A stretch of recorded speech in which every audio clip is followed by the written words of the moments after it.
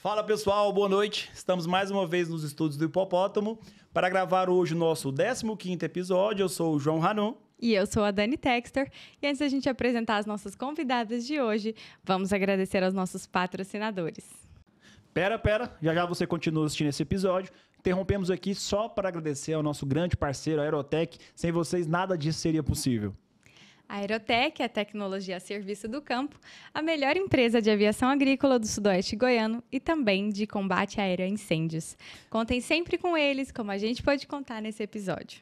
E vocês que querem ter a sua marca exposta aqui junto com a gente, mande mensagem para a gente aqui nos comentários, está o nosso contato. Não deixem de seguir o nosso canal, se inscrever aqui na caixinha embaixo, dar o like e compartilhar com as pessoas que vão se beneficiar do nosso conteúdo. Valeu, continuem aí!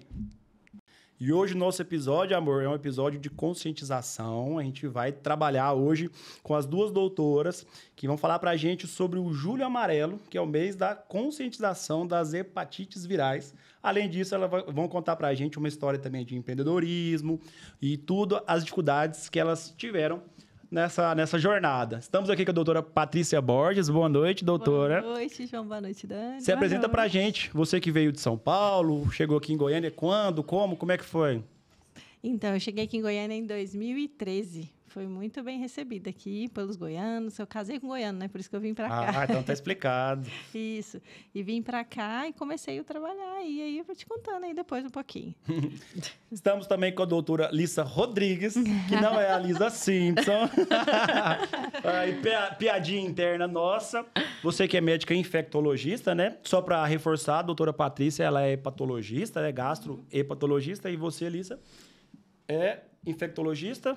E aí, conta pra gente, você formou, foi aqui no HDT, né, a residência? A residência foi no HDT, mas eu formei, né, a faculdade foi em Anápolis, na Univangélica. Sou da primeira turma lá.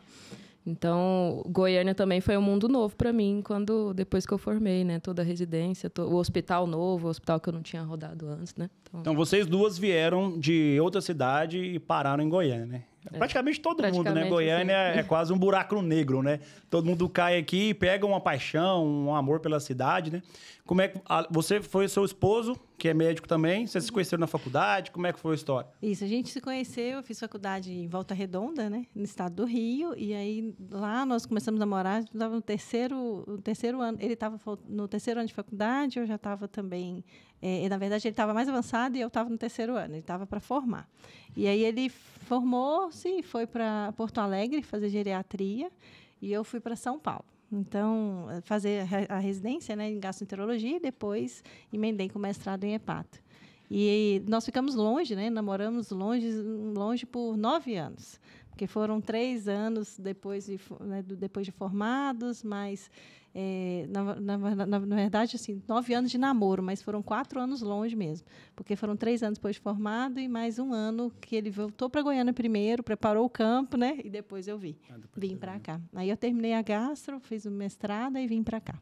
E aí chegou, enfrentou plantões ou já foi abrindo uma clínica? Sim, não. A gente chega aqui, não é fácil, não. Eu cheguei aqui em Goiânia, assim, ninguém me conhecia, né? Fui muito bem recebida lá no HC.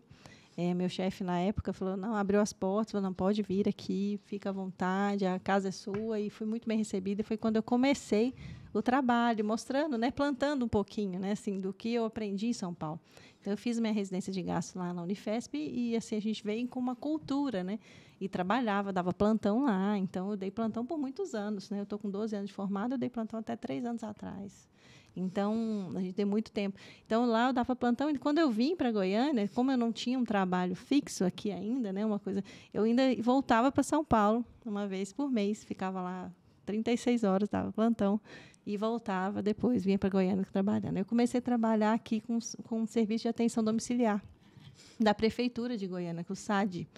E aí eu trabalhava de segunda a sexta aqui, né? Era lá no Cândido de Moraes, um bairro aqui mais simples, fazendo visita dentro do carro, sem ar-condicionado. E aí todo dia ia lá com uma equipe multiprofissional assim maravilhosa, na época assim que me receberam assim maravilhosamente bem. E fazia trabalho voluntário na HC. Então eu sempre gostei muito dessa parte de ação voluntária, então eu comecei voluntária no HC. e no ambulatório de cirrose. E depois também fui na HDT como voluntária também, no ambulatório de tratamento das hepatites. Foi até quando teve, em 2015, foi um auge do novo tratamento, que era medicamentoso, né? Assim, que era uma revolucionário, que antes a nossa taxa de cura era 50% ou menos, aí nessa época chegou a 70%, então eu acompanhava lá voluntária para aprender. E nisso eu também ia para São Paulo. Ia e voltava para São Paulo, todo mês ainda continuando dando plantão. Até que eu dava plantão em São Paulo e o hospital que eu dava plantão lá faliu. Então, assim, eu e meu esposo, os louquinhos, ia lá, não tinha filho, né? Então, a gente ia para lá, ficava lá no final de semana e trabalhava. E faliram, deixaram nos pagar assim, uns 2 meses. E aí nós falamos, agora tem que fincar um pé aqui e ganhar o dinheirinho. Engraçado, né? Eu dou plantão numa cidade, Rio Verde, né? Que é a 200 quilômetros daqui. Né? Imagina você pegar avião para ir dar o plantão. Né? Na época, compensava, sabe? Financeiramente ainda. Compensava. E você ainda já tinha clínica lá em São Paulo ou não? Não, então, assim, minha família é uma família empreendedora, né? Assim, não vim, minha origem é muito de comércio. Minha mãe é sacoleira. Na vida inteira eu conheci ela vendendo roupa de porta em porta, no carro, coloca a roupa dela lá e vai. E meu pai sempre foi mecânico no início, com 20 e poucos anos. Depois ele foi crescendo, meu pai é muito inteligente, assim, estudou até a 4ª série só, porque meu avô ensinou ele. Meu avô era professor. Então, meu avô deu aula até 70 e poucos anos, assim, lá no interior da Bahia. Então, meu pai aprendeu com ele até a 4ª série, mas ele era muito inteligente, sempre foi. E ele foi mecânico, era mecânico, depois cresceu, tornou-se gerente, motorista lá que buscava. Ele trabalhava com motor de caminhão, buscava motor de caminhão e levava para conserto, retífica, né? E depois ele tornou-se gerente, só que ele sofreu um acidente. Ele ficou não tinha perspectiva nenhuma de voltar a andar até. E aí ele conseguiu se aposentou na época, porque na época ele foi aposentado por invalidez. E aí ele, nessa época, tinha que tomar uma atitude, né? Porque assim, ele não tinha um salário que era satisfatório, né? Então era um salário mínimo e não podia trabalhar, porque aposentado não poderia trabalhar. E na época ele vendeu o que ele tinha. Eu lembro que meus pais separaram, foi tudo muito tumultuado, assim. Eu tinha uns 20 e poucos anos, eu era noiva de outro rapaz, e meus pais separaram na época. E ele vendeu o que tinha parte dele da casa para minha mãe e foi tentar a vida em São Paulo. Então, com uma clínica popular que hoje é famosa, até, assim, tem várias, uma região até na América do Sul toda. E ele comprou essa clínica popular, morou assim na clínica por meses, porque não tinha dinheiro, né? E graças a Deus deslanchou, assim. Então, assim, isso estudando até a 4ª série, é a minha admiração. E nisso, assim, por isso que eu falo assim, minha origem, ela sempre foi assim, minha mãe comerciante, né, a vida inteira pagou faculdade, tudo vendendo roupa, e meu pai nessa inteligência aí de empreender e aí esses são meus exemplos, né, assim, que eu tive. Então eu não caí não, de jeito nenhum. E meus pais nunca me deram nada assim. Minha filha tem isso, olha, tem que pagar isso agora. Que essa experiência dos seus pais te acrescentou que você utiliza isso como profissional. A gente sempre tenta correlacionar, pensando um pouco fora da medicina, né? O que a doutora Patrícia é justamente com as experiências que teve em casa e usando isso hoje no dia a dia. O que você acha que você absorveu? Tanto do empreendimento do seu pai, talvez da logística de sua mãe, que todo bom vendedor é bom de prosa, de papo, né? O que você acha que você conseguiu absorver disso aí? Olha, muita coisa. Assim, eu acho que a questão da independência, do meu grau de independência, de ter de me virar só, de ter que correr atrás das coisas, assim, eu aprendi muito dessa origem, não tem nem dúvida. Porque minha mãe, por exemplo, a gente não tinha empregada, babá, não tinha isso, era luxo na época. Então, minha mãe, eu tinha 4 anos, 5 anos, ela tinha que sair para trabalhar. Então, ela me deixava sozinha com a comidinha igual em casa, assim, do ladinho, e a televisão ligada da Xuxa. Falava, minha filha, eu vou ali, já volto. Quando ela não ia, eu estava dormindo, acordava, minha mãe não estava em casa, mas ela tinha que trabalhar. Então, assim, essas coisas movem a gente, né? Hoje a gente tem outro padrão, né? Hoje eu tenho a babá, eu tenho a faxineira, eu tenho... Então, assim, é outra estrutura, até que eu acho que porque o mundo ficou perigoso também, né? Outro contexto. Mas, com certeza. E meu pai, assim, pela perseverança, pela calma, né? Assim, eu acho que todo mundo fala, mas você é muito calma. Eu falei assim, você não conhece. Meu marido fala. É igual lá em casa, é igual lá em casa. Nossa, a sua noiva é uma gracinha, tão educada, porque você não sabe tanto que é brava. Não seja sem educação, né? É brava, é diferente. Mas olha que interessante, né? A gente extrai isso aí, a gente fala muito disso aqui no nosso dia a dia, né? No podcast. Se você pudesse voltar no tempo, você teria tirado esses percalços que você teve? Ou você os agradece porque eles contribuíram para a pessoa que você é hoje? Nossa, eu agradeço muito, muito, muito, assim, sem dúvida. Sem dúvidas mesmo. Hoje eu falo assim, eu penso... eu agradeço muito por terem me ensinado, não só naquela época. Eu acho que assim, eu tinha que me virar, né? Eu tinha que arrumar casa, minha mãe tinha que chegar no almoço, o almoço tinha que estar pronto, a casa arrumada. A minha irmã, porque minha irmã nasceu com 9 anos de diferença, então eu cuidava dela. Então, a responsabilidade com ela, isso me acrescentou muito. Então, assim, até como mãe hoje, né? Então, assim, eu vejo que o que eu cuidei dela quando eu tinha 9 anos, a responsabilidade que eu tinha que ter, eu tenho que ter hoje com meus filhos, né? Então, com certeza, me acrescentou muito. E a perseverança, eu acho que isso é mais que me marca. A calma do meu pai para resolver em todas as situações, por mais difíceis que sejam. E a fé, assim, acho que de que tudo vai dar certo, sabe? No momento, tudo vai dar certo. Não precisa a gente apavorar. Porque eu sempre também vim de uma religião, né, muito forte. Cresci numa religião católica muito forte. Fui música, cantei na igreja a vida toda. Então, essa cultura, essa formação religiosa, acho que também me deu muita fé, muita estrutura para poder acreditar que tudo vai dar certo. Por mais que o mundo está caindo, mas vai dar certo. Legal. É aquela frase, né? Na verdade, ela é uma adaptação de um provérbio... Nem sei da onde. Vou falar que é chinês, porque quando a gente não sabe, a gente fala que é chinês, né? Mas é que tem... Autor desconhecido, né? Tempos difíceis formam pessoas fortes, né? Pessoas fortes fazem tempos fáceis formam pessoas fracas criam tempos difíceis, né? E vai num loop, né? Então, hoje você se considera uma pessoa forte porque você teve, talvez...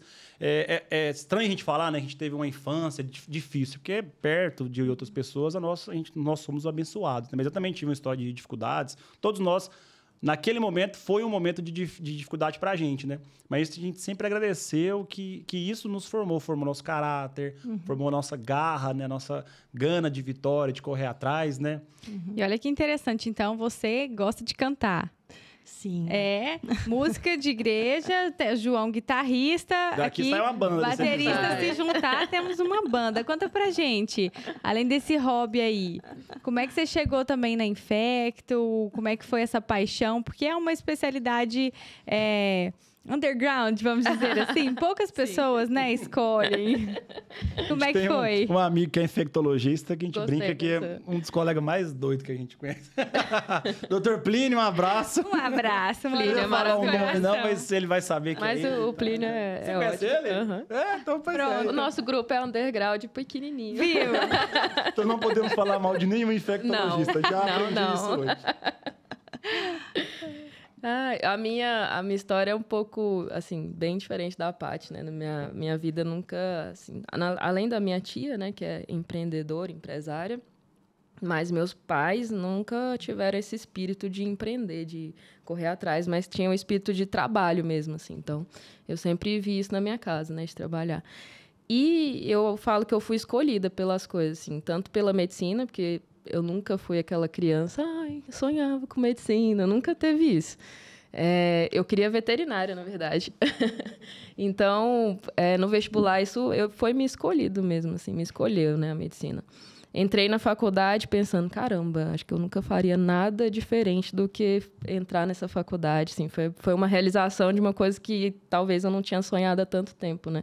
E é engraçado, né, que foi uma coisa assim tão, tão forte, tão boa.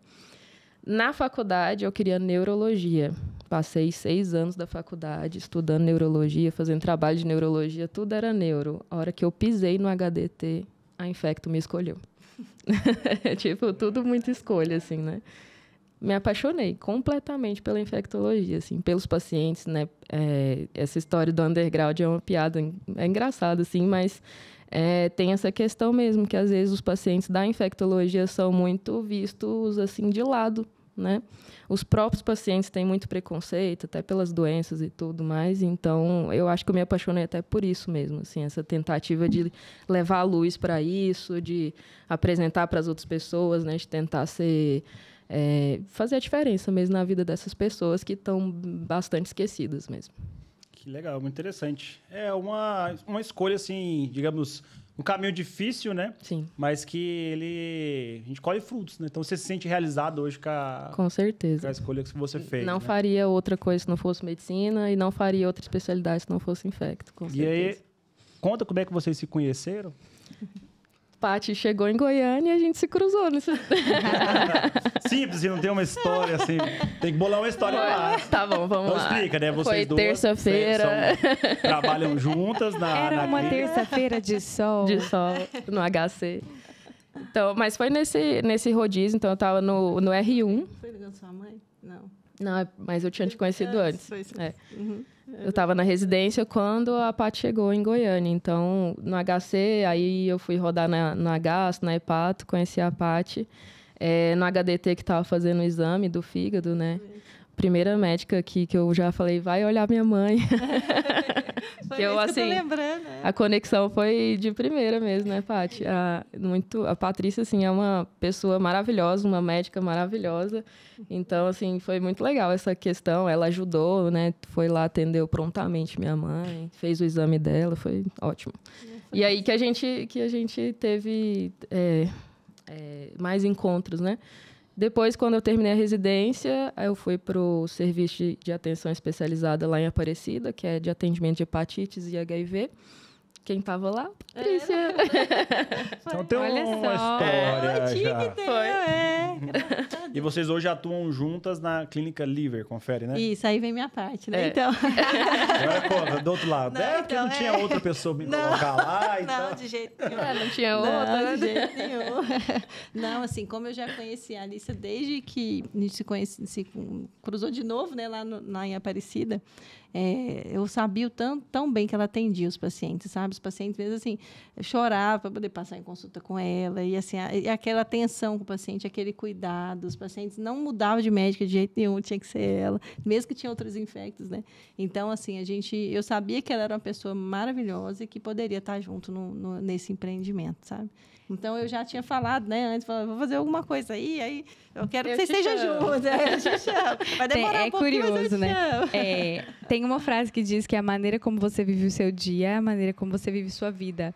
Então, se a pessoa atende um paciente na residência, que é uma fase que a gente está sobrecarregado, estressado, né? Enfim.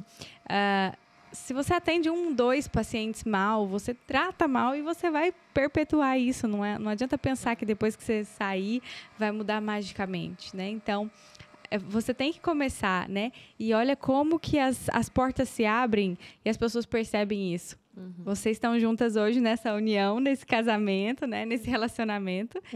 Né? Por causa de um fruto que você plantou lá atrás. E hoje só te traz coisas boas. E é o que eu falo para os residentes, sabe, Dani Johnson? Sempre falo, né? Porque eu gosto muito da parte acadêmica, sempre gostei. E é o que eu falo com eles, gente. Cuidado com o que vocês plantam aqui. Assim, o que vocês fazem de atendimento aqui, a gente observa. Nós somos seus staffs, mas nós vamos estar lá na frente e vamos lembrar de tudo que vocês estão fazendo aqui.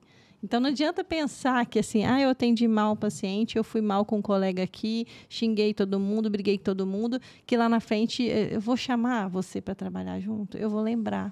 Então, assim, eu falo isso sempre para os residentes, gente, o que você faz aqui, o que você planta aqui na residência, depois você vai ter frutos bons. Então, a gente lembra, o staff lembra e vai querer ser seu parceiro, ser seu colega.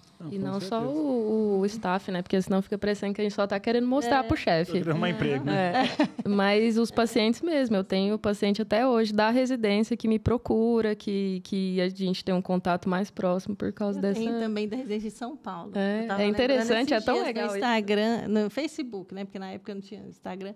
No Facebook eu tenho pacientes que comentam nas minhas fotos, porque eu tenho Facebook até hoje. E fala, doutor, eu lembro da senhora até hoje. Eu falei, gente do céu, isso tem 12 anos, 13 anos. Passa rapidinho, tem pouco tempo. Temos aqui, então, uma situação em que você foi staff da doutora Lissa, Mas né? pouco tempo. Pouco tempo, né? Idade é pouco, né? Convenhamos. Mas, e aí, como é que é justamente essa questão interessante, né? De você acompanhar ali a graduação, a formação de um colega. O que você acha dessa nova geração que está vindo de médicos que estão formando? Você acha que está tendo uma diferença, que a geração um pouquinho mais anterior era um pouco mais, digamos, atenciosa, mais cuidadosa? Hoje em dia parece que está tendo muito, digamos, uma aversão ao risco ali, ao trabalho e tudo que é ter direitos. Vocês enfrentam essa dificuldade? Tem que responder. Eu sou, até para fazer um marketing também, que eu sou coordenadora da residência no HDT, né? E preceptora também, então eu vejo Gente, mas com essa carinha de bebê... Eu achei que tinha acabado de entrar na faculdade. Tá vendo? Seguindo os passos. Responsabilidade, vai, diga lá. Então eu vejo essa situação, mas eu não vejo como sendo a maioria das pessoas. O que eu vejo hoje em dia é que eu acho que a evolução da medicina mesmo, existe um medo de responsabilidade. Então, eu vejo muitos médicos, residentes, até os internos mesmo, com medo de pegar aquela responsabilidade, assim. Eu acho que eu vou pedir esse exame aqui porque eu tô com medo de acontecer alguma coisa. Eu falei, gente, vocês têm que escolher o exame de acordo com o que você acha que o paciente tem, não porque você tem medo de acontecer outra coisa, sabe? Então, eu vejo muito esse medo de responsabilidade. A gente vive numa medicina preventiva, né? Preventiva do colega médico, né? Tá com medo do homem da capa preta, né? E a gente tem muita questão do antibiótico também, né? Vou usar aqui um antibiótico por via das dúvidas. Pelo amor de Deus, não façam isso. Eu nunca vi uma ceftriaxona matar alguém, mas a pneumonia mata. Né? Tipo isso. Nossa. Lisa, e a que você atribuiria, assim, esse medo, essa... Não quero pôr a mão, não quero me arriscar. Você atribui a insegurança por parte de falta de qualificação técnica? Você atribui ao medo do homem da capa preta, né? Ao medo dos processos que a gente sabe que estão crescendo. A que você acha que é devido? Eu acho que é multifatorial, assim, não dá pra gente culpar só, porque tá abrindo muita faculdade, ou então porque, às vezes, a educação médica a gente sabe que tá um pouquinho mais defasada, que falta ter um investimento, né? Não só escola pública, faculdade pública, mas as particulares também. Mas eu não acho que seja só isso, eu acho que é uma questão mesmo da evolução da medicina, então... A gente tem muitos exames disponíveis, muita coisa para fazer, então às vezes a pessoa fica meio sem saber para onde que vai, mas e esse questionamento? Um outro fator que eu vejo muito também é que hoje em dia os pacientes estão sabendo muito mais coisas do que antigamente. Então existe um questionamento muito grande por parte do paciente. E eu vivo isso muito também. Às vezes os pacientes estão me perguntando, eu falei, gente, não, peraí. Calma, eu não sei responder isso tudo, vou na próxima... Eu falo às vezes mesmo, na próxima consulta a gente conversa com mais detalhes sobre isso. Então, tem muito essa busca da informação do paciente. Às vezes ele não busca a informação que é tão correta assim, né? A gente vê tanta fake news. Então, acho que fica essa insegurança por essa quantidade de fatores aí.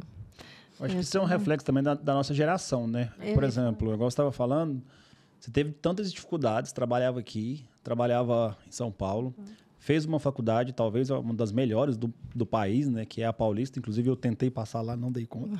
Mas estou muito satisfeito onde eu estou me graduando. E olha que interessante, né? Aí você me falou, você contou que você formou e foi fazer o quê? Trabalhar na atenção básica. Hoje em dia, os colegas formam, o que eles querem? É UTI, com frigobar, com Nescafé. Ninguém, parece que o pessoal não quer ir mais para um pronto-socorro, não quer mais atender na atenção básica. Eu acho que isso é um pouco da nossa geração, que quer ter muitas coisas boas, mas não quer ralar. Facilidades e não quer...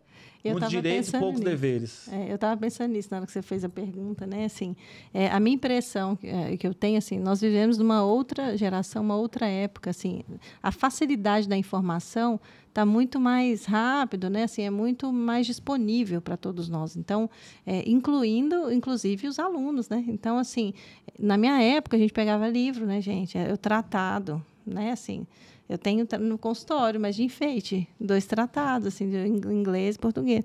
Hoje em dia, ninguém pega um tratado para ler. E eu noto isso, assim, nos alunos, nos residentes também, a dificuldade que eles têm, por exemplo, de interesse em relação à pesquisa. Então, assim, eu noto isso de quando eu cheguei em Goiânia para agora. As turmas que eu acompanhei de antes queriam fazer trabalho científico, queriam ir lá buscar para publicar para um congresso, queriam mandar, né, assim, posts e tudo. Hoje em dia, posters, né? Hoje em dia, não. O pessoal não quer, não está preocupado de ter que descobrir o que essa informação está aqui. Para que eu tenho que correr atrás? Se a informação está aqui na internet, alguém já fez o trabalho, para que eu vou ter? Então, eu que gosto da parte da gente que gosta da parte da pesquisa, né? Eu faço ainda doutorado, então atualmente eu não vou para São Paulo, mas eu faço à distância, estou até para defender. Eu vejo a dificuldade, porque a gente tem que sentar e estudar. Você tem que sentar e estudar, não tem jeito. Agora, não, receber tudo fácil, pronto, é muito mais prático, né? Interessante, né? Eu estudei uma vez um livro que falava a tecnologia ela nos emburrece e uma das principais coisas que ela nos deixa mais burros é justamente a perda do senso crítico. A gente não tem mais um senso crítico, porque a informação ela já vem pronta. Por exemplo, a gente vai estudar lá, sei lá, uma hepatopatia. Tem um resumo com todas as hepatites lá de A, de A, E. E a superficialização também dos conteúdos. Isso não é só na faculdade de medicina. A gente vai ler uma manchete de um jornal e já atribui aquilo como a verdade absoluta e não né, aprofunda no conteúdo, enfim. A gente tem muitas coisas fáceis aí e acaba ficando muito no raso, né? E como o João disse, no episódio passado a gente teve, né, uma frase muito sábia: todo mundo quer ir para o céu, mas ninguém quer morrer para isso, né? Então a gente quer as facilidades. A pandemia também, talvez, né, com esse tanto de demanda, tenha deixado um pouco os médicos recém-formados mal acostumados, né? Porque tinha trabalho. Existia a demanda. Né? Inseguros, talvez, né? Você acha que inseguro? Eu acho que pelo contrário. Seguro demais. Seguro demais. Seguro demais, assim, minha opinião. Porque eu vejo, por exemplo, eu sou novo, né? Mas eu já tenho um tempinho de formado. Não venho aqui dizer quanto tempo, acho que eu já falei em outros episódios. Mas, enfim, eu sou de uma época igual foi a sua, de ter que trabalhar de socorrista no SAMU, dei plantão de pronto-socorro, dava plantão de sala vermelha, plantão de UTI. E sim, porque não tinha um colega que fazia e trabalhava, rodava o hospital ali, agarrado. E o que eu vejo que é interessante hoje, o pessoal fala assim, tá faltando emprego para médico. Mas tá faltando? No pronto-socorro não completa vaga. A UTI todo mundo quer, a enfermaria ali de clínico, de Covid, todo mundo quer. Mas no pronto-socorro não tem vaga. Então, eu acho que eles estão muito seguros, porque na minha formação, por mais que eu tenha feito UTI, né, não era o certo, mas quem dava plantão em unidade intensiva era quem tinha pelo menos uma clínica médica, né? Hoje em dia, não. Hoje o cara quer formar, qualquer um vai dar problema. Então, assim, eu acho que muito pelo contrário, a pandemia foi nos tornar muito seguros, porque tinha uma demanda muito alta de trabalho, precisava do profissional, inclusive os formando com 75% de graduação, onde já se viu isso aí? Então, eu acho que os fez muito seguros, né? E agora nós temos um problema, nós não fechamos escala de pronto-socorro, não fechamos escala de SAMU. Vocês... Não é mais ou menos assim? Então, eu não tenho mais essa... Graças a Deus. Já passei um pouquinho dos plantões, mas o que eu vi era isso, assim. Eu acho que o pessoal está realmente... Talvez pode ser isso mesmo. A segurança até demais, né? É demais. Então, vamos voltar à clínica aqui. Você quer perguntar? Não, pode falar. Não. Então, assim, hoje vocês têm o Instituto Liver, né? Que é formado por, hoje, 15 profissionais, que você estava me falando. Isso. E uma equipe multidisciplinar, né? Você, responsável técnica. E aí você encontrou aí uma família que veio agregar de várias especialidades. Conta para nós como que foi essa ideia, de onde que você viu essa demanda, não existia em Goiânia, as pessoas tinham uma procura, né? E como que foi criar, como que está sendo essa experiência? Patrícia empreendedora agora. Então, desde que eu cheguei aqui em Goiânia, né, em 2013, eu sempre, na verdade, assim, eu sempre tive uma facilidade de trabalhar em equipe, graças a Deus, sempre fui assim. E eu acho que me incentivou muito foi a parte no SAD mesmo, que é o Serviço de Atenção Domiciliar da Prefeitura, que eu trabalhava com uma equipe multi. E era maravilhoso, assim, dava muito bem. E eu percebi o quê? Que nós sozinhos não somos ninguém, então a gente precisa do outro. E, ao longo do tempo, eu comecei a trabalhar com esteatose, que eu vim com uma experiência muito boa em esteatose em São Paulo. Então, acompanhei um ambulatório de um chefe assim muito conhecido no país.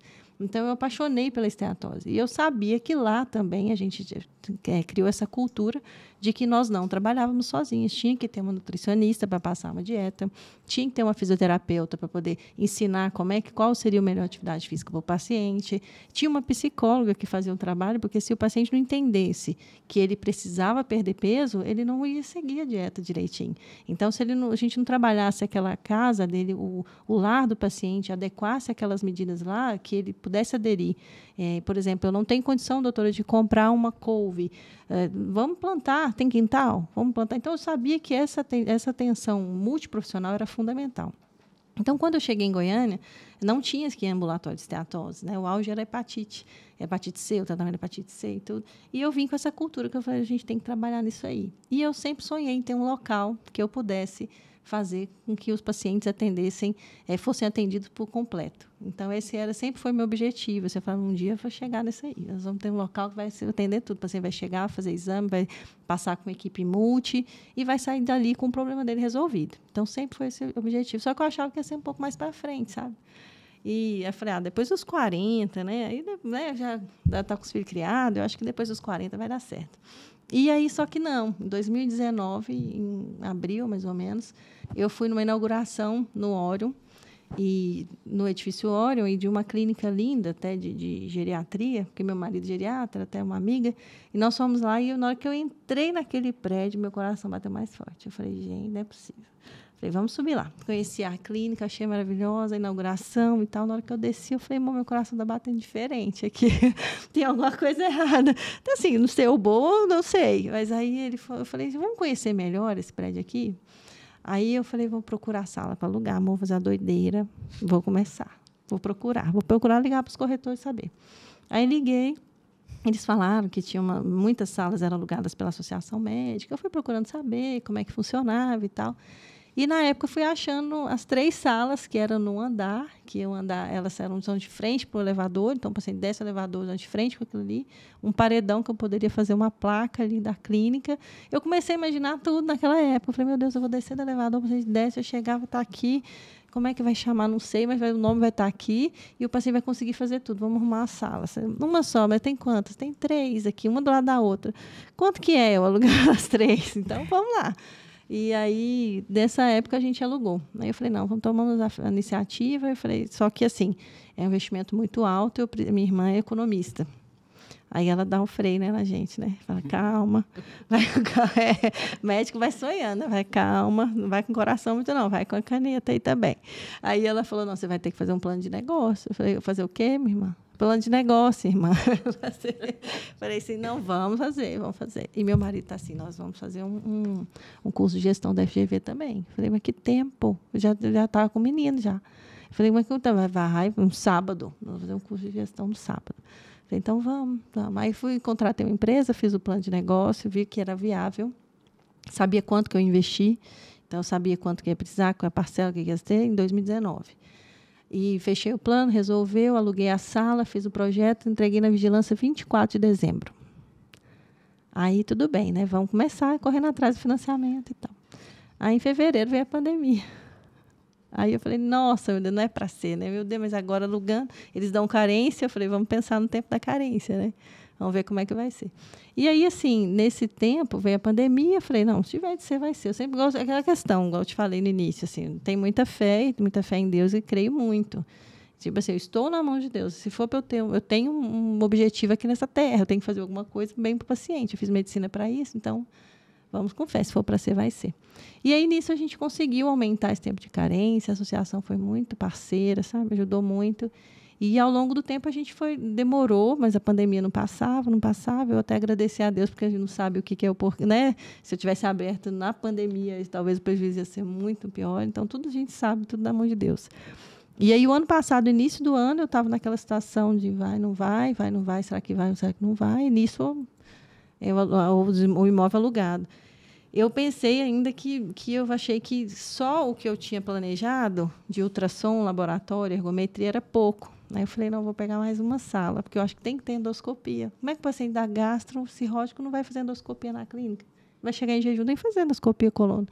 Aí aluguei mais uma sala, que é no corredor. Só expandindo. Só expandindo. E meu pai não, eu fiz o plano de negócio de novo, a viabilidade do negócio, falou que era viável. Falei, então vamos. Aí eu fui, aluguei mais uma sala, e aí foi quando saiu o financiamento e tudo, e a pandemia começou a dar uma estabilizada, aí a gente começou a obra. Começamos em agosto, tinha uma previsão para acabar em dezembro, acabou acabando em março, mas quando toda a obra é assim, a gente já sabia, né? Mas, graças a Deus, assim, nesse tempo foi muito bom, assim, que eu consegui fazer a pós, né, da FGV de gestão.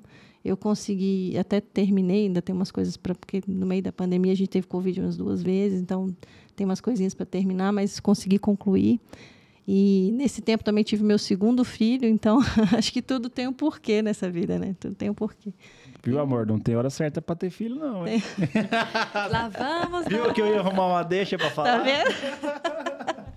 Eu acho que o 15º episódio, hoje a gente vai fazer uma retrospectiva só com os cortes de você me pedindo para ter filho. Mas uma hora vai, né? Uma hora finaliza, né? Até possível até o final do ano eu não vou ver.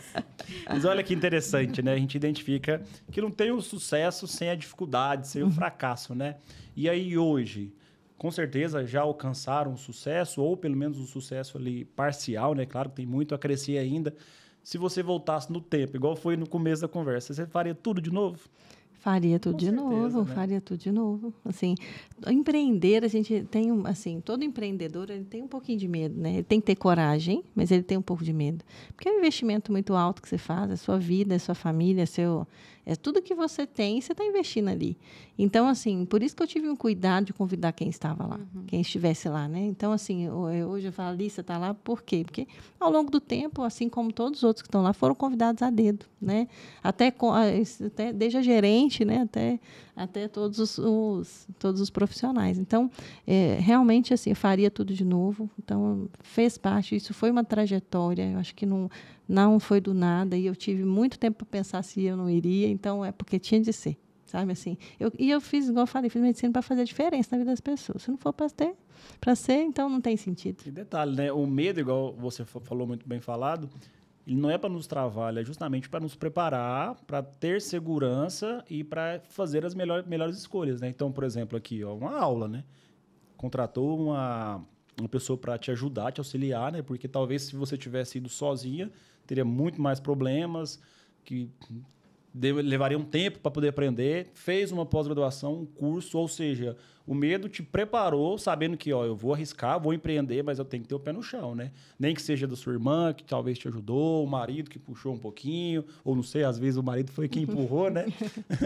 Ou até mesmo a consultoria que você fez. Então, é muito importante, né? A gente fala muito aqui da importância da gente buscar mentores, né? De não tentar fazer o caminho sozinho. Porque hoje está tudo acessível, né? Você fez uma pós-graduação pela FGV, uma das melhores faculdades do Brasil, online, que você podia estudar de casa, né? Então, assim, por mais que a gente acabou de falar que a tecnologia nos emburrece, mas é uma praticidade, uma mão na roda também, Com certeza. né? A gente falou também no episódio passado que o segredo do sucesso ninguém sabe, mas o do fracasso, com certeza, é você andar por um caminho desconhecido, despreparado. Então, é para isso que existe a busca da informação. E ela é muito fácil hoje, né? A gente estava falando, achei muito interessante voltar, porque o paciente ser bem informado é uma coisa que vai te nivelar para cima, né? Então, não entrando em pautas políticas, mas, assim, por muito tempo buscou-se que as pessoas ficassem na ignorância. E hoje isso não é mais possível, né? Ou, pelo menos, para a maior parte de nós que busca o conhecimento, que busca a evolução, que acho que a gente está aqui para isso. Mas quando alguém te pergunta alguma coisa que você não sabe, você vai buscar. E isso te estimula, né, a ser cada vez melhor, um profissional melhor. E, então, assim, o quão é valioso essa informação e o quão é valioso a gente andar em time, né? Então, voltando à sua clínica, à sua equipe, além de você, quem mais está lá? Conta pra gente mais um pouquinho. Conta aí, Lissa. Eu? a Patrícia Pato, né? Tem o Marco Aurélio, que é o geriatra. A Ana Flávia, que é endocrinologista. Ó, vamos ver se eu decorei todo mundo. Pode esquecer de ninguém, Tem não. três né? gastroenterologistas, né? Tem Três gastros. Tem a Laíse, a Rita de Cássia e a Karen. Top. Tem um coloprocto, Tem coloprocto, tem o cirurgião do aparelho digestivo, O Sandro. o Sandro, que tá A colo é a Ana Beatriz. Ana Beatriz. A Beatriz. Beatriz, é. Isso. E tem uma psicóloga, tem uma que é a Serjana, da HGG, tem A nutricionista. que é a Ana Paula. Se lembra muito o que a gente falou no episódio passado, né? O empreendedor é aquele que identifica as engrenagens e faz elas rodarem de forma, digamos, harmônica, né? Então, você é um empreendedor. Além de médica, é um empreendedor, né? E outra, o paciente sai de lá com as demandas, de certa forma, todas resolvidas, né? Se precisar Esse de é um o ortopedista, do ginecologista, fica disponível. É, tá vendo? O negócio chama liver. Liver ortopédico. Liver and others. E aí, aproveitando pra gente falar da pauta de hoje, né? Fala pra gente, o que é o Julho Amarelo? Sim, o Julho Amarelo é um mês de conscientização das hepatites virais. Então, foi instituído desde 2019 pela Sociedade Brasileira de Hepatologia a conscientização, um mês de campanha voltada para a realização de testes das hepatites. Então, é um mês voltado para em todas as cidades do país, todos os estados. Nós temos representantes da Sociedade Brasileira de Hepatologia em cada cidade e a gente monta um grupo e, nesse grupo, a gente combina as ações. Então, são ações voltadas para a realização de testes das hepatites, porque, como a gente sabe, assim, a maioria das pessoas, dos pacientes, são portadores e nem sabem que tem as hepatites, alguma hepatite B ou C. Então, o objetivo é fazer o teste, porque a gente sabe que tem tratamento. Então, essa é a campanha. Então, é feito... E tem vários artistas que já aderiram a essa campanha também. Não é só assim, entre a comunidade médica e nem a população. Há uma mobilização mesmo nacional. Então, até assim, vários artistas já participaram das campanhas com gravação de vídeos, com realização de conscientização da testagem. Então, o foco da campanha é mais o rastreio, então. Né? O rastreio. E fala pra gente um pouquinho como é que você atua na organização aqui. Não sei se você faz parte da Comissão de Goiânia e tal. Como é que é o trabalho de forma assim... Vocês têm algum centro especializado? Como é que é? Sim, então eu faço... eu gosto de uma campanha, né? Acho que vocês vão ver nas redes sociais. Então, da esteatose, né? A caminhada da esteatose, a jornada multidisciplinar da esteatose. Engraçado, sempre... rapidinho, só para a gente identificar. Olha que interessante. A gente falou até aqui da parte sua de prestação de serviço na clínica particular. Aí a campanha já entra mais para o atendimento social, né? Social. Sempre gostei disso, né? Eu sinto meu pezinho no SUS, né? Eu sempre gostei, não tem jeito. E é um público diferente, né? É um público que procura a gente porque precisa, né? Então, é diferente, carente, atende né? muito A carente. medicina, Carente digamos, de informação. exercida na essência é no SUS. Então, assim, eu sempre trabalhei na rede pública e sempre gostei de fazer campanhas que pudessem conscientizar a população de alguma coisa. Então, durante 2 anos, em 2018 e 2019, nós fizemos a caminhada da esteatose. Então, foram, acho que quase 300 pessoas lá no Parque Areião, a gente conseguia camiseta. Então, essa parte de campanhas, de ações, eu já vinha antes de começar com a hepatite, né? Então, nós já fazíamos isso com apoio sempre da Sociedade Brasileira de Hepatologia. Então, eles já viam que eu tinha essa disponibilidade, esse interesse. E aí, ao longo do tempo, depois de 2019, começou a campanha do Julho Amarelo. Então, em 2019, mesmo antes da pandemia, a gente fez uma campanha de testagem dentro do estádio de Serra Dourada, durante o jogo do Goiás e do Atlético Mineiro. Então, o estádio lotado, a gente montou uma estrutura de realização de testes e fizemos assim, mais de 500 testes. O torcedor chegava lá, fazia rapidinho, já sabia se tinha ou não tinha. Então, eu sempre gostei, porque é uma forma de conscientizar a população. Aí, de lá para cá, veio a pandemia, a gente teve que adaptar a campanha de uma outra forma, né? Então, assim, nós fizemos nos postos de teste do Covid. Então, a gente ia todo paramentado, né? Porque tinha que agir, no Julho Amarelo não podia parar. Então, nós íamos todos paramentados, todos cheios, né? Todo direitinho, e fazia os testes. Na hora que o paciente ia fazer o teste, estava lá com sintomas de máscara, a gente só colocava o dedinho, falava lá o resultado para ele, e isso foi teste rápido. É um teste, é só como se fosse uma picadinha de insulina, assim, de HGT. Então, faz o teste, coloca no no kit e o kit vai te dar o resultado da hepatite B, C, HIV e sífilis. Com o resultado? Então, geralmente os nossos resultados foram semelhantes aos resultados da população mesmo, que a gente já sabe, os estudos já mostraram. Então, assim, é em torno de 1% da população, 2% no máximo. E a hepatite B é mais prevalente? B é mais prevalente. Mas a C também. A C a gente encontra... A C é meio que meio a meio, assim. Nessas campanhas a gente acaba encontrando. Agora, o que a gente encontra muito é HIV, né? Muito mesmo. Muito mais do que hepatite C e B juntas 2 vezes, né? Assim, a gente sempre encontra HIV também. Então, veio daí, dessa ideia da campanha, né? E aí, no outro ano, no ano de 2021, nós fizemos esses testes no centro de vacinação, nos postos de vacinação do Covid. Então, a gente chegava lá, também oferecia o teste, e sempre com o apoio de Aparecida, né? A gente trabalhou em Aparecida, na Secretaria Municipal de Saúde, eles sempre nos apoiaram muito, e tem uma equipe multi também maravilhosa. Então, as enfermeiras são muito ativas nessa testagem, então elas sempre embalam com a gente faz capacitação aos profissionais de saúde, e aí esse ano nós vamos fazer também. Então, não para por aqui, nós vamos fazer no Complexo Ório, né? Então, vai ser lá no complexo, na recepção, nós vamos fazer uma mobilização ali.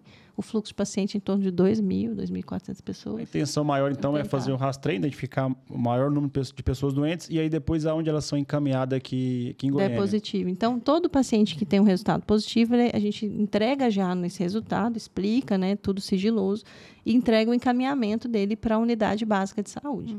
Então, faz uma ficha de referência, contra-referência, e o paciente já sai de lá sabendo para onde que ele vai ser encaminhado, vai ser acompanhado. Então, no caso da hepatite B, a gente, tanto a hepatite B quanto a C, as duas têm tratamento, né? Então, a gente orienta ele que o paciente deve procurar porque é necessário e se ele não tratar, ele pode evoluir para uma cirrose, até mesmo um câncer de fígado. Então, enquanto antes a gente descobrir, quanto mais precoce a gente descobrir, fazer o diagnóstico, mais rápido ele faz o tratamento e menos o risco dele evoluir a doença. Acho que é interessante, né? Porque a gente criou-se na sociedade um pavor ao HIV, né? E muitas das vezes esquece de outras doenças que são com a transmissão semelhante, né? No caso, por exemplo, a hepatite C. E muitas das vezes a gente tem, por exemplo, uma lesão com pérfuro cortante. Exatamente. Pacientes usuários de drogas injetáveis e acha que é só HIV, né? Vai lá, testa o HIV e não testa a hepatite C, né? A gente tem no HGG chama-se processo transexualizador e no fim dessa cascata a cirurgia de redesignação. E um dos maiores temores dos cirurgiões, porque realmente é uma cirurgia extensa, complicada, é realmente a hepatite, né? Porque, assim, HIV a gente sabe que tem quimioprofilaxia, né? Enfim, agora hepatite é mais complicado. E aí a gente teve um acidente, né? Enfim, é bem complicado. A gente falou aqui muito de prevenção, então, que é o objetivo da campanha, prevenção secundária, né? Diagnóstico precoce. E profilaxia, prevenção primária. Quais são as orientações, meios de transmissão, agora para a população em geral? Lembrando que essa questão da testagem, né, puxando a sardinha para infecto, a testagem precoce, diagnóstico precoce, tratamento precoce também quebra a transmissão. Então, se esse paciente é tratado, ele já não transmite mais, assim como a questão do HIV. Então, a gente tem, hoje em dia, né, a prevenção combinada. Ela é muito discutida para o HIV, mas com certeza vale para a hepatite B, vale para a hepatite C também. E a prevenção combinada entra a PEP, que é para profilaxia pós-exposição, que é para o HIV, entra a PrEP, que é a profilaxia pré-exposição para o HIV, entra o uso do preservativo, entra as testagens frequentes, né? Entra o acompanhamento ali, a mudança de pensamento dessas pessoas, de prevenção mesmo. Isso tudo é muito jogado para o HIV, mas esses pacientes que fazem a PrEP ou então que fazem a PEP, eles também são testados para hepatite. Então, HIV, hepatite B e C é irmão. Então, a gente sempre anda junto. E lembrar da sífilis também, que é o quarto irmãozinho aí também. Então, tem as campanhas e tudo, mas o nosso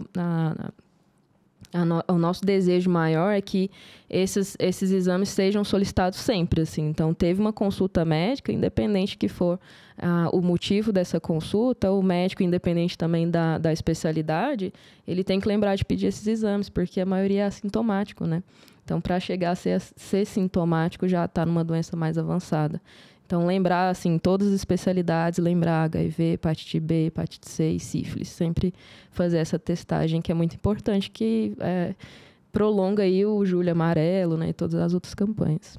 E dentro da campanha entra a vacinação também?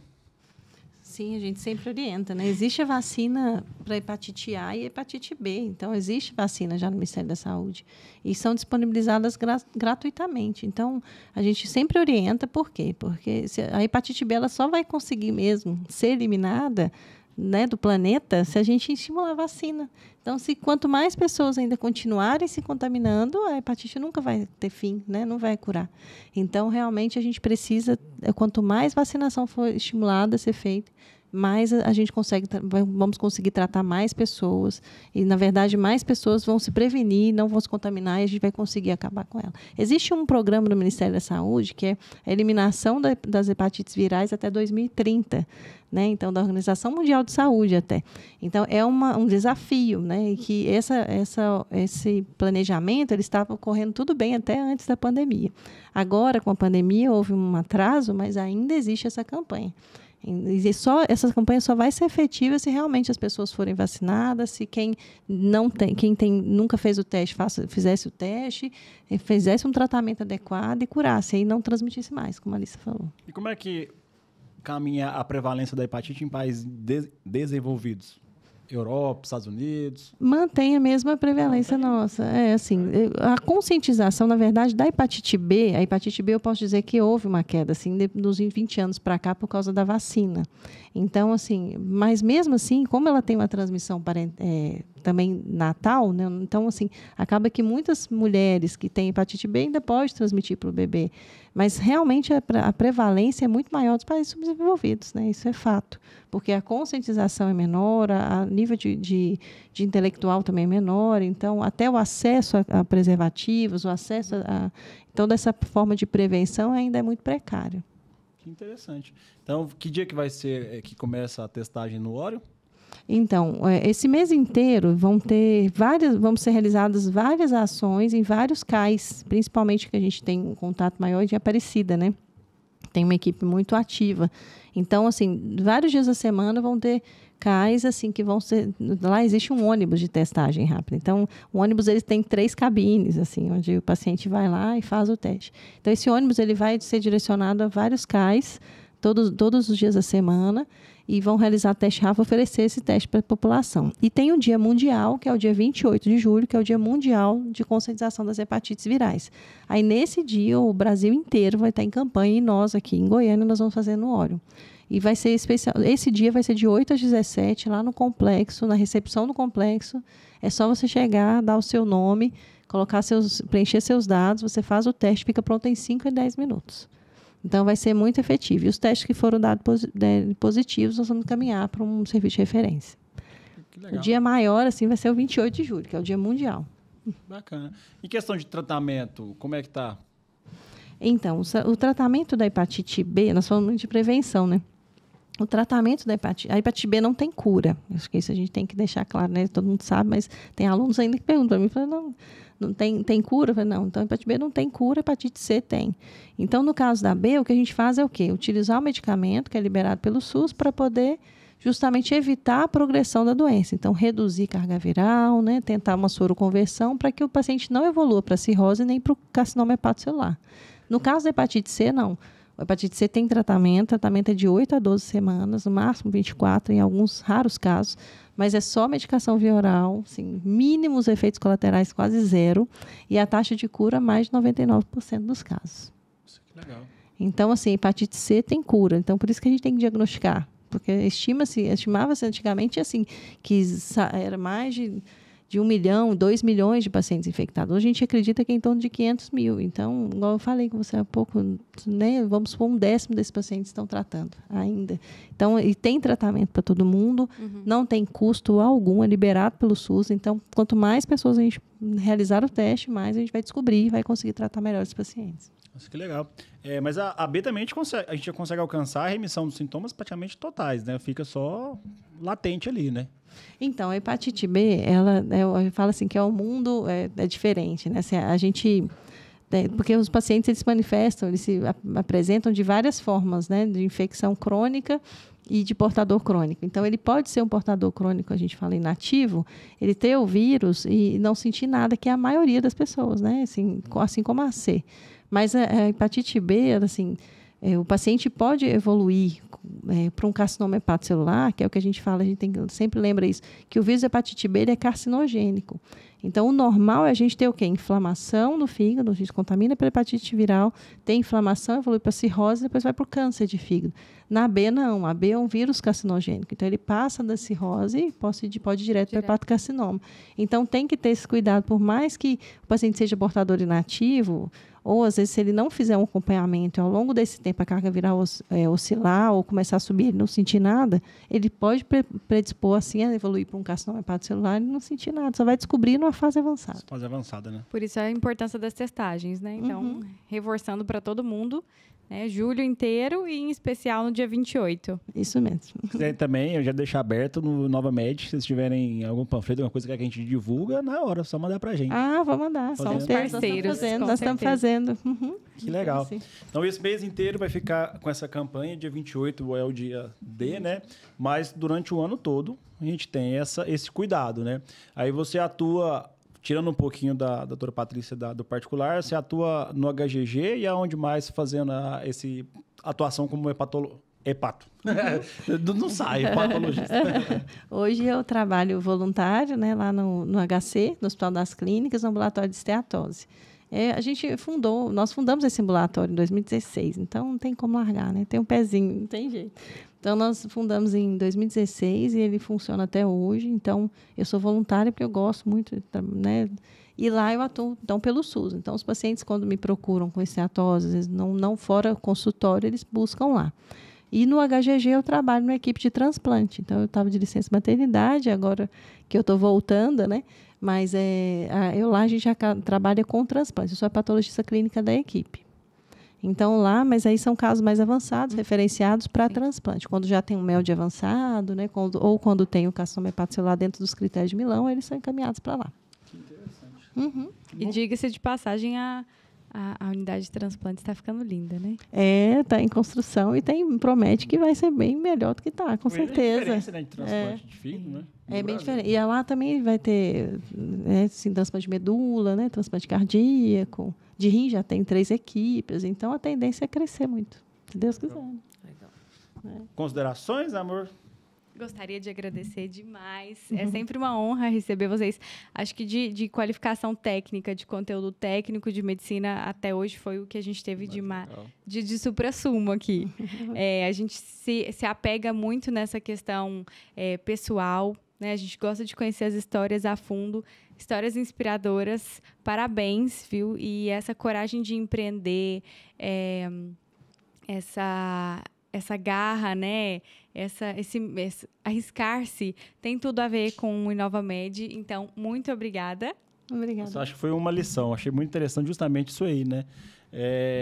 A gente ter a doutora Patrícia, chefe do serviço, mas que ela é empreendedora também, corre atrás, enfrenta as dificuldades, gere ali um serviço. Eu achei isso muito bacana, porque a gente vê que a gente não consegue separar. Não adianta, por mais que você tente separar o profissional do seu pessoal, doutora Alissa, infectologista, mas baterista também, não dá. Nós somos né? A gente prega muito isso aqui dentro do Inova, nós sermos quem nós somos de verdade, de fato, né? Não adianta você pregar algo que é aquilo ali, uma hora ou a outra a máscara vai cair, né?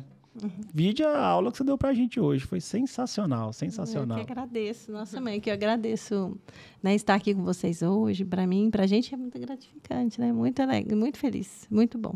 E assim, eu estava pensando antes de vir, eu falei, meu Deus, não posso chorar, né? Porque for falar da sua história não é fácil, né? Assim, mas é bom, né? Mas é bom poder passar essa experiência para os alunos, para os residentes, falar que é possível, né? Eu acho que isso é o mais importante. Falarmos assim que se a gente tem um sonho, se a gente tem um objetivo na vida, a gente precisa plantar, correr atrás, que vai dar certo. vai dar certo. E tem que correr atrás mesmo, né? Porque na faculdade a gente não tem essa formação, assim. Então, terminou a faculdade, toma aí e é correr atrás dessa outra formação que a gente tem que buscar mesmo, esse conhecimento, para ter uma clínica de sucesso, né? Igual tá sendo a Liver. Depois a gente até convida vocês para irem lá. Sim, depois, vamos lá tomar um café. Na hora. Café é bom pro Tá fígado, moído. né? Tá bem bonito, assim, bem Legal. organizado. Muito bom. Então, hoje, você fala que alcançou o sucesso? Ainda tem muito o que ser feito, né? Ainda tem muito o que ser feito. Não, acho que tem que pôr o pé no chão, né? Com certeza, ainda tem muita coisa a ser feita. Que legal. Eu acho que não cheguei ainda não, e nem não sei se eu vou querer chegar lá, não é isso. Eu estava falando isso nesse final de semana com as funcionárias, a gente sempre está fazendo uma reunião, né, mensal, e eu falei muito isso com elas. Independente de onde a gente vai chegar, que a gente nunca perca a nossa essência, né, e nossa humildade e o pé no chão. Então, isso eu acho mais importante. Então, não é o sucesso que eu estou buscando, não. Não, eu estou buscando o bem-estar, felicidade e a minha satisfação pessoal de poder ajudar. Só isso. Que legal. Só isso. Vamos Se editar lá, depois conseguir, tá colocar bom, umas palminhas. E olha que legal, né? A gente vê a sua emoção em falar das duas vertentes, né? A gente vê muitas vezes, por exemplo, até eu mesmo não nego, falar, estou fazendo residência aqui, engraçado, a gente faz a residência no SUS, de certa forma, a gente usa, né, o usuário do serviço e depois a gente quer migrar para o particular, né? Isso aí a gente parabeniza você justamente por não deixar de lado. As duas, né, Lissa, também né? pela coordenação da residência. Também. A gente sabe que não é fácil enfrentar criaturas como nós, ingratas, né? Então, o residente é esse eterno reclamão. Mas, assim, nós não seríamos nada se não fossem os nossos coordenadores, né? Então, você tão jovem aí, não precisa falar a idade, mas enfrentando já essa 18, batalha. 18, Alice, irmã do Bart. E você, Lissa, o que você deixa de consideração final pra gente aí que tá te ouvindo? Sabe que hoje eu recebi uma pergunta, né? Fiz uma reunião e aí a moça me perguntou assim, você pretende ficar só no consultório, largar o hospital? Aí me deu uma dor no coração, eu falei, de jeito nenhum, eu vou ficar no hospital para sempre e à tarde eu me viro com o meu consultório. Então, acho que essa essência que a gente pega, igual eu falei, né? Minha paixão pela Infecto veio do HDT. Eu falo que ali é a minha casa. Eu me sinto em casa, eu sou filha de lá e não tem como eu ir embora de lá. E essa essência tem que continuar. Eu acho que até para o meu aprendizado, né? Que a gente nunca sai assim, já sei de tudo. A gente já está aprendendo todos os dias. E isso também faz muito parte do empreendedorismo, né? A gente tem que aprender todos os dias, é uma evolução. E quero agradecer muito assim, a oportunidade de estar aqui. O podcast também é uma inovação, né, para a gente, em relação à medicina também, que praticamente a gente não vê muito podcast ligado a essa parte, né, da médica, empreendedora, juntar as duas coisas. Então, parabéns pelo podcast de vocês. Gratidão. E eu digo mais, eu acho que vocês duas encontraram sucesso, sim. Porque prestar o serviço que vocês prestam e com tanta alegria, com tanta satisfação, para mim isso aí é o sucesso. Vocês estão de parabéns. A satisfação, com certeza, satisfação pessoal. Fala, pessoal. Então, hoje a gente encerra o nosso 15º episódio. A gente agradece a participação de todos vocês. Não se esqueça de se inscrever aqui no nosso canal.